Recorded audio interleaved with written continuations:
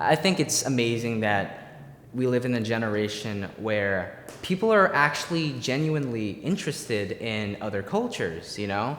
I mean, back in the day, people would just say like, oh, that's Chinese. People are genuinely interested in where I'm from and how diverse that our society has become. You know, that's amazing. Hi, I'm Izzy, or Izagani Inocentes. I was born in the Philippines, and I am 16 years old, 17 by the time you're watching this. One of the first things I like telling people is that I am a proud Filipino, or a proud Pinoy. I speak Tagalog, or Filipino, and when I'm at home and when I'm with my friends or outside in public or whatever, I usually tend to speak English. My family, we're traditional Filipinos. You know, they brought me up with the traditional Filipino mindset and with the traditional Filipino rules and standards. I was born in the Philippines and I came over to New York when I was 2, 3. I grew up with two different sides of me. You know, one side being, the Filipino side that my parents brought me up on, and the other side being the American rebel that my friends have turned me into. The Philippines is very conservative.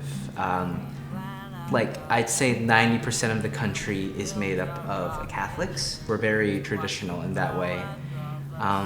While America being a lot more liberal, growing up that was a huge difference for me. Say for example, I go over to a sleepover or a party or whatever.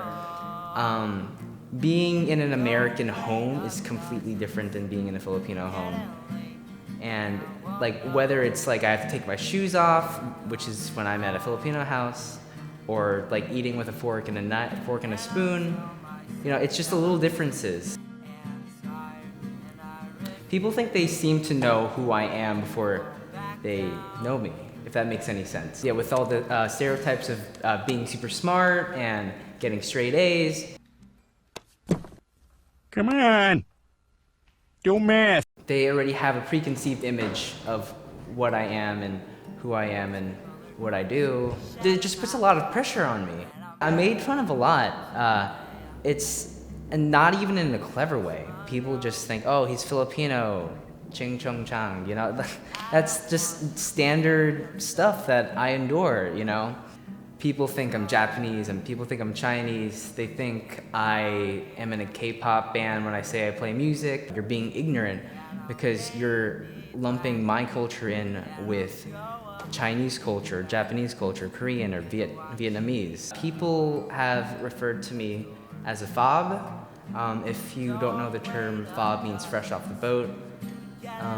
And I mean, it's not a really offensive term. Well, it's pretty offensive. Recently, I was down by the harbor, and I was walking to Barnes. I was with my friends and such, and I was walking to Barnes and Nobles or something, and I guess I accidentally tripped or bumped into someone, and this adult male person. He looked about 40, 50. I don't know, he was kind of old. He looked at me and just called me a chink. You just realize that there are still shitty people in the world, and when he looked at me and he called me a chink, I just felt dehumanized. I don't know, I just don't really appreciate it when people get on my case for just trying to be who I am. I mean, I don't think anyone likes that.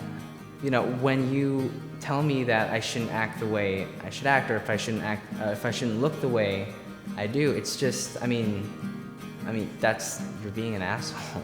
Can I curse? Yeah, you just don't be an asshole. Don't do that. My culture is a big part of my identity. Living in America is also a big part of my identity. But I want to make sure that I don't define myself to one thing. I don't want to completely reject one or the other. I grew up as an American, as a Filipino American. One of the things I really appreciate now in today's society is that there's a lot of mixing, and there's a lot of mixing in cultures, which really makes me happy. I want to be able to take the experiences my parents had, the experience I wish I've had, combine them with the experiences that I did grow up with, and and that's how I think I'll live my life. How I'll raise my own children. I want to make sure that I become like cultured in both.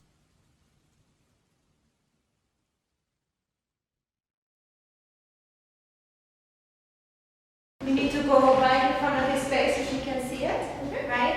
And it's like easy interview. Take 1, wave 32. Then you quietly remove yourself. Stop and the filming. interview starts. All right. Okay. Yep. Cut. When you're done. Cut.